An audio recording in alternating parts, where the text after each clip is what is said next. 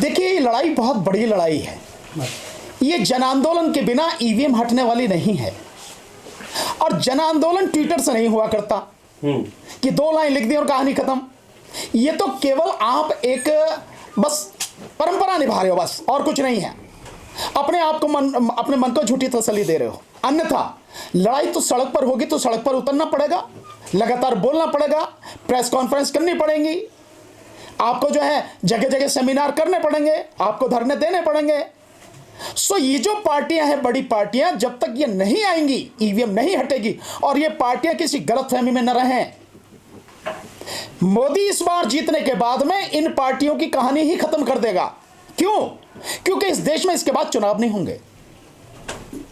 अगर मोदी 2024 में जीत के आ गया तो 2024 के बाद इस देश में कोई चुनाव नहीं होगा, न लोकसभा का होगा और न ही विधानसभाओं के चुनाव होंगे। सो ये चुनावी प्रक्रिया ही खत्म हो जानी है। और जो लोग इसमें तकरीबन 4,500 की संख्या जो विधायकों की है, ये विधायक हद्दर का कुर्ता पजामा लटका के जो घूमते हैं, ये भी सारे खुंटी पे टंग जाने हैं। क्योंकि देश में राष्ट्रतंत्र की स्थापना होगी, जिस हिंदू राष्ट्र की स्थापना के लिए वो सारे काम करने लगातार कर रहे हैं, उसमें इन सब चीजों की कोई जरूरत नहीं है। जब केंद्र से ही राज चलना है तो विधानसभाओं की क्या जरूरत है? और वैसे भी आप देखेंगे कि संघीय ढांचे पर लगातार मोदी के द्वारा प्रहार किया जा रहा है। जैसे जीएसटी, आपने टैक्स कलेक्शन कर लिया पूरे देश का, आप दे नहीं रहे उन्हें, संघीय ढांचे पर प्रहार। जैसे कृषि कानून थे, कृषि कानून, उसमें मंडियों को जिस तरह से खत्म किया गया और मंडियों जो टैक्स लेते थे उसको खत्म करने की जो सारी योजना थी, वो सब कुछ वही था कि संघीय ढांचा जो है देश का खत्म हो। अब एक और बड़ी साजिश हो रही है संघीय ढांचे को खत्म करने के लिए। केंद्र सरकार ने एक घोषणा की है कि जो देश के बॉर्डर से लगे हुए राज्य हैं, जो अंतरराष्ट्रीय हमारा बॉर्डर है, उससे 100 किलोमीटर के अंदर अंदर पूरा वो केंद्र सरकार के अंडर में रहेगा। इसका मतलब यह है कि जो बहुत से तो राज्य ऐसे हैं कि 100 किलोमीटर अगर आप चलोगे तो राज्य खत्म हो जाना। इसका मतलब पूरे राज्य को आप कवर कर लेंगे, वहां आपकी सरकार चलेगी, केंद्र की सरकार चलेगी। तो ये क्या मतलब है? ये सब है कि संघीय ढांचे को खत्म करके एकीकृत ढांचा आप खड़ा करना चाहते हैं और राष्ट्रतंत्र स्थापित करना चाहते हैं। उसके लिए आप सारा सब कुछ कर रहे हैं। सो जो आप बात कर रहे हैं, इसलिए इन पार्टियों को बोलने की जरूरत है। मैंने अभी एक सेम पित्रोदा जी का वो सुना, एक इंटरव्यू जो संजय शर्मा 4 PM वाले उन्होंने लिया। उसमें उन्होंने सवाल पूछा कि क्या राहुल गांधी को पता नहीं ईवीएम के विषय में? सेम पित्रोदा ने कहा कि हाँ, राहुल गांधी को सब पता है ईवीएम के विषय में। तो पूछा फिर बोलते क्यों नहीं है? मैं नहीं जानता बोलते क्यों नहीं है। बोलना तो चाहिए, उन्हें बोलना पड़ेगा। कब बोलोगे भाई? जब कब्र में बिल्कुल तुम दफना दिए जाओगे और सब कुछ खत्म हो जाएगा, तब बोलोगे। तब तो बोलने लायक भी नहीं रहोगे। इसलिए सभी पार्टियों को बोलना पड़ेगा। और इसीलिए हमने कहा कि हम सभी पार्टियों को बाकायदा लेटर लिखेंगे, सबसे रिक्वेस्ट करेंगे इस आंदोलन में साथ दें, नहीं तो बचना कुछ नहीं है। तो इनकी कांग्रेस की जो प्रवक्ता हैं सुप्रिया सिन्हा, तो वो तो सब कुछ ठीक बता रही है, ईवीएम पर उन्हें कोई प्रॉब्लम ही नहीं है। नहीं, उन्हें लगता है अगर ठीक है तो मेरे इस सवाल का जवाब दे दें। क्या सुप्रिया श्रीनेत्र ऐसा अगर वो कह रहे हैं कि ईवीएम सब कुछ ठीक है, मुझे नहीं पता, पर आप कह रहे हैं, मैं एक बार आप ही को बयान दिया है, आप ही को। सो अगर ईवीएम सब कुछ सही है तो बता देंगे कि वो जानती हैं कि ईवीएम कैसे काम करती है? जानती है क्या?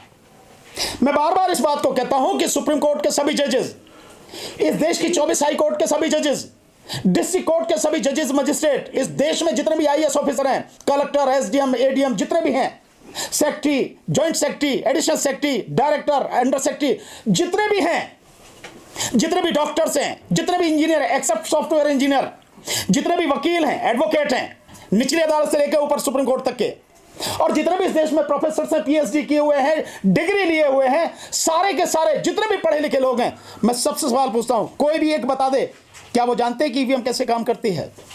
जब पढ़े लिखे लोग नहीं जानते, उत्तर है बिल्कुल ना। पढ़े लिखे नहीं जानते तो अनपढ़ क्या जानेगा? केवल बैलेट पेपर ही ऐसी पद्धति है जिसके माध्यम से जो बिल्कुल अनपढ़ से अनपढ़ व्यक्ति वो भी जानता है कि वो जिस व्यक्ति को, जिस पार्टी को अपनी वोट देना चाह रहा है, वो उसी पर ठप्पा लगा रहा है, उसकी वोट वहीं गिनी जाएगी। बुलाया गया था सारी पार्टियों को चुनाव आयोग ने कि आइए आप हैक करके दिखाइए, कोई नहीं गया था। ये सब नौटंकी है, ड्रामा है। चुनाव आयोग ने हैक करने की बात, इसमें हैक करने की क्या है? जो चिप डलती है वो चिप मैनिपुलेट की जाती है। मैं ये कह रहा हूं कि वो सारी चीजें, इवन मैं आपके माध्यम से पूछना चाहता हूं, इलेक्शन कमीशन ये तो कह रहा कि आओ आप चेक करो। इलेक्शन कमीशन खुद बतावे क्या वो जानता है ईवीएम कैसे काम करती है? चीफ इलेक्शन कमीशन नहीं बता सकता कि ईवीएम कैसे काम करती है। जो साथ में 2 इलेक्शन कमिश्नर है वो नहीं बता सकते। वहां का जो स्टाफ है, एक्सेप्ट वो जो लोग हैं टेक्निकल लोग, उनके अलावा वो नहीं बता सकते कि ईवीएम कैसे काम करती है। तब भी नहीं समझ में आता कि ईवीएम से चुनाव क्यों हो जाए, जबकि इलेक्शन कमीशन की जिम्मेदारी है कि चुनाव फ्री, फेयर एंड ट्रांसपेरेंट होना चाहिए। स्वतंत्र, निष्पक्ष और पारदर्शी चुनाव होना यह इलेक्शन कमीशन की जिम्मेदारी है। और क्योंकि पिछले कई सालों से यह चुनाव फ्री, फेयर एंड ट्रांसपेरेंट रूप से नहीं हो रहा, लोगों की वोटों को लूटा जा रहा है, लोगों के मतों को लूट कर सरकार बनाई जा रही है, एक अजीब तरह की गुंडागर्दी चल रही है, तो इससे बड़ा देशद्रोह हो नहीं सकता, इससे बड़ा अपराध कोई हो नहीं सकता। सर, देश में अभी तक ईवीएम से 140 चुनाव हुए हैं, जिसमें 33 में कांग्रेस जीती है, 29 में भाजपा जीती है। तो क्या दोनों ही एक सिक्के के पहलू हैं, ये बीजेपी कांग्रेस? देखिए, मैं ये नहीं जानता कि एक ही सिक्के के दो पहलू हैं या नहीं हैं, लेकिन कांग्रेस का अब तक भी ईवीएम के विरोध आंदोलन न करना निश्चित रूप से उन पर सवालिया निशान खड़े करता है। क्या कांग्रेस इस वजह से चुप बैठी है कि ईवीएम को लाने का जो श्रेय है वो तो कांग्रेस को ही है? क्या इस वजह से चुप है वो? मैं नहीं जानता कि कारण क्या है।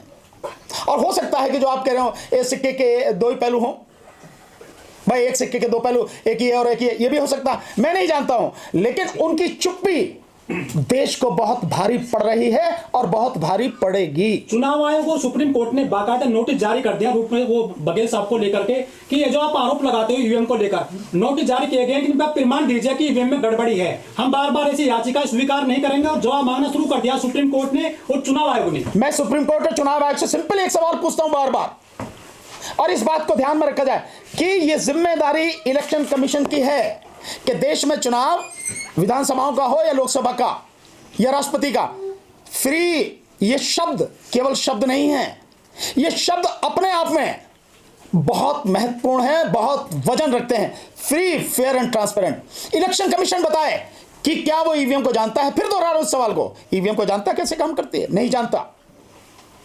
और सुप्रीम कोर्ट के जजेस से भी मैं ये पूछता हूं कि चुनाव जो होना चाहिए फ्री, फेयर एंड ट्रांसपेरेंट होना चाहिए, क्या सुप्रीम कोर्ट के जजेस जानते ईवीएम कैसे काम करती है? नहीं जानते। सो इससे ज्यादा दुख की और क्या बात होगी कि देश में जितने मतदाता हैं, इस बार 91 करोड़ के लगभग मतदाता थे, अब और बढ़ गए होंगे। 90 से 100 करोड़ के बीच में जहां मतदाता हैं, उनमें से 99.9% मतदाताओं को यह मालूम नहीं है कि ईवीएम कैसे काम करती है। इससे ज्यादा शर्म की और इससे ज्यादा डूब मरने वाली बात क्या होगी? सर, ईवीएम को लेकर आप आरोप लगाते रहते हैं पिछले कई वर्ष से, इतनी सारी एजेंसीज हैं देश दुनिया की, यदि यहाँ गड़बड़ी हो रही है ईवीएम में, तो क्या वो एजेंसी खुलासा नहीं कर सकती इसकी देश और दुनिया की? दुनिया को क्या लेना आपसे? आपके देश में किसी तरह से चुनाव हो रहा है, उन्हें क्या लेना देना? उन्हें कोई लेना देना नहीं है, उनका इससे कोई लेना देना नहीं है। वो क्या मोदी की तरह है कि अब की बार ट्रंप सरकार, भाई इलेक्शन हो रहा अमेरिका का और आके जाके मोदी यहां कह रहा जाके अब की बार ट्रंप सरकार? क्या मोदी की तरह सारे लोग जो ये भी नहीं समझते कि भैया इलेक्शन से हमारे क्या लेना देना है, ये तो इनका अंदरूनी मामला, चाहे जैसे कराओ। नहीं, इजराइल की कंपनियां हैं बहुत सारी पेगासस को लेकर, या बहुत सारी जो जांच एजेंसी है वो भी तो कर सकती है। पेगासस एक अलग चीज है, पेगासस से पूरी दुनिया में लोगों की जासूसी हो रही है, एक देश में नहीं कई देशों में हो रही है। पेगासस एक अलग मसला है, वो बहुत गंभीर मसला, नो डाउट, पर चुनाव ये बिल्कुल अलग मामला है। चुनाव से उनका कोई लेना देना नहीं। आपके यहाँ कैसे चुनाव हो रहा, अमेरिका को क्या लेना देना? अमेरिका पे क्या फर्क पड़ेगा?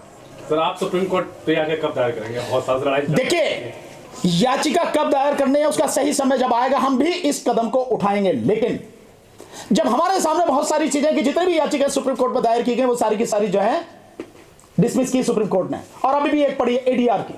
और ये अभी आपने सुप्रीम कोर्ट की बात की, मैं तो कह रहा हूं एडीआर ने इतने सारे सबूत दिए हैं, उसी को डिसाइड कर दे सुप्रीम कोर्ट तरीके से।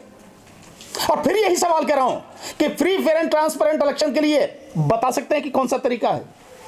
ये जिम्मेदारी है और ईवीएम से नहीं हो सकता। ईवीएम से free, fair and transparent election कभी नहीं हो सकता। सर, एक सवाल और आपसे मेरा, जो बहुजन लोग हैं, जो दलित एक्टिविस्ट हैं और जो इंटेलेक्चुअल हैं, बहुजन दलित, ये केवल ईवीएम को लेकर आवाज उठा रहे हैं देश में, बाकी कोई नहीं उठा रहा है। ये इसलिए उठा रहे हैं क्योंकि सबसे ज्यादा जागरूक इस विषय में यही है और इन्हें मालूम है कि ईवीएम से अगर लगातार चुनाव होंगे तो सबसे बड़ा नुकसान इसी बहुजन समाज का होगा।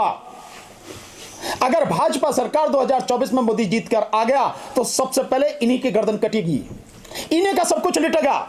आज भी जो सब कुछ हल्ला मच रहा है मुस्लिम को लेकर, मुस्लिम को केवल सामने रख दिया जा रहा, हकीकत में जिनको तबाह करने की सारी रणनीति है वो यही दलित समाज है, यही बहुजन समाज है। क्योंकि यही आंख में आंख डाल के मोदी से सवाल पूछता है, यही आंख में आंख डाल के लड़ रहा है, संघर्ष कर रहा है।